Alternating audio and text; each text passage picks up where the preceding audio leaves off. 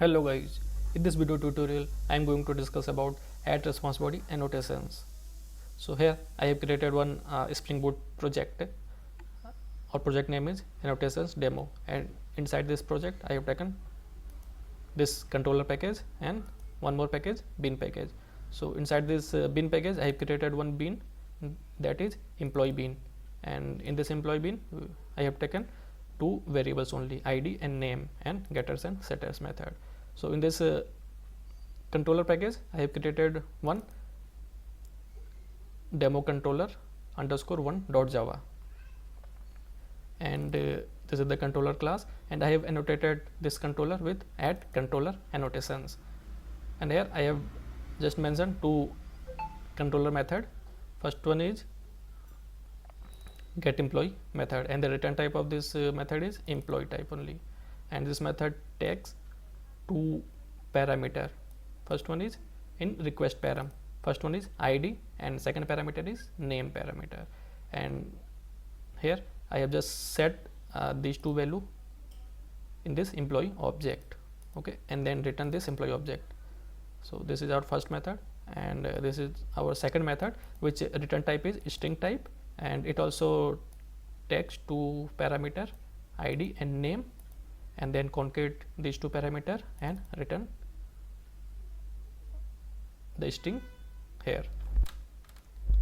So this is our controller class. So let's run this project, run as Java application.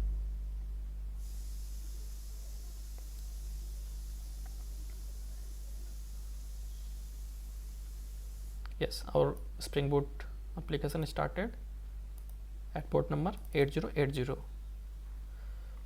So let's first test this first controller method. The return type is employee type, okay, and the URL is get employee. So open this postman, and here the URL is get employee, and here I have passed two query parameter. First is id and name. So then click on this send button, and you can see here it is giving exception, okay. So our first method is giving exception, so let's check this second method also, which return type is string and URL is get string. So here URL is get string, and I have passed two query params, id and name, and check this one also. This method also returning exception, okay, no static resource, this. So why our these two method are giving exception? Because in this first method I am returning this employee object, but when we dealing about the HTTP protocols, then everything should be in HTTP protocol only, but here we want to return the simple employee object, not a HTTP response object.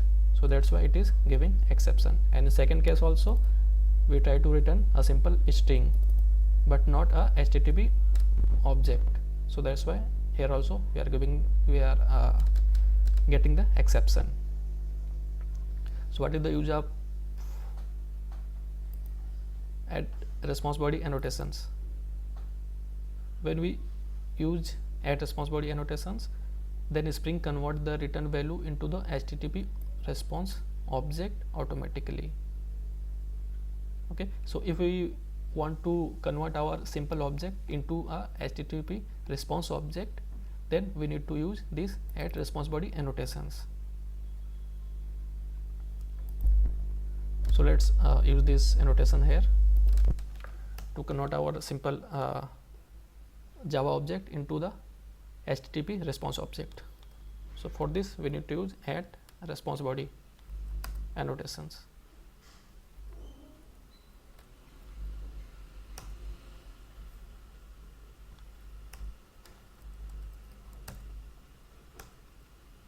Okay, save our controller, and let's check these URLs again. So this is the first URL, which return type is employee type. So click on this send button. Yes, now this time we are getting the employee object here in HTTP response body.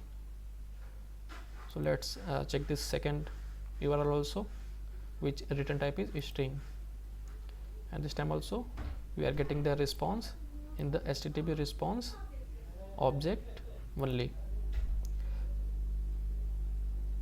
So guys, this is the use case of add response body annotations. Basically the main job of response body annotation is it convert our plain object into the HTTP response object. So thank you for watching this video.